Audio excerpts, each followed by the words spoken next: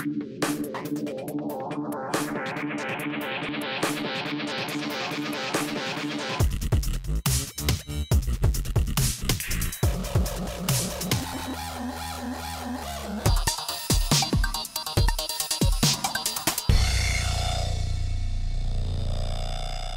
of the questions that we often get is, what kind of tips do you have in talking to a Muslim on the street?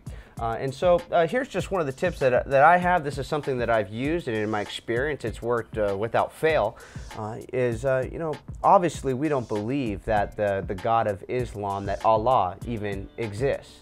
So the big question is this: how do you prove a negative? How do you prove that he does not exist? And a lot of people, they think that you cannot do that, but that's simply not true. We've actually shown that there are certain negatives out there that you can prove do not exist, such as a round triangle or a married bachelor. So what you're trying to do here is show that there is actually a contradiction in a concept, and that shows that, you know, that concept is not real, it's not genuine, does not exist. And so the big question is this: can we show a contradiction in the concept of Allah? And I think that we can. Sure. So what I do out in the street is I try and show that there is a contradiction between the concept of Allah being perfectly just and perfectly merciful.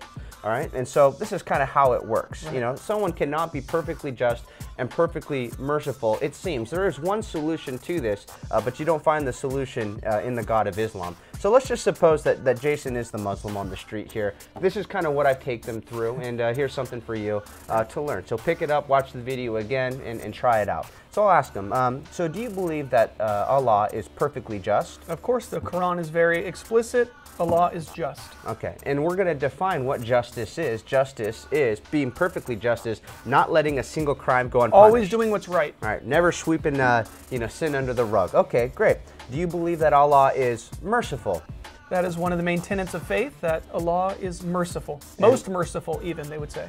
And mercy, as we know, is letting somebody off for a crime they deserve to be punished for. They deserve to be punished, but the judge says, I'm going to be merciful here. Now here's where the apparent contradiction comes in. How can Allah be perfectly just in one hand, not letting a single crime go unpunished, and on the other hand, be merciful, letting people off for crimes they deserve to be punished for? How do you work that out?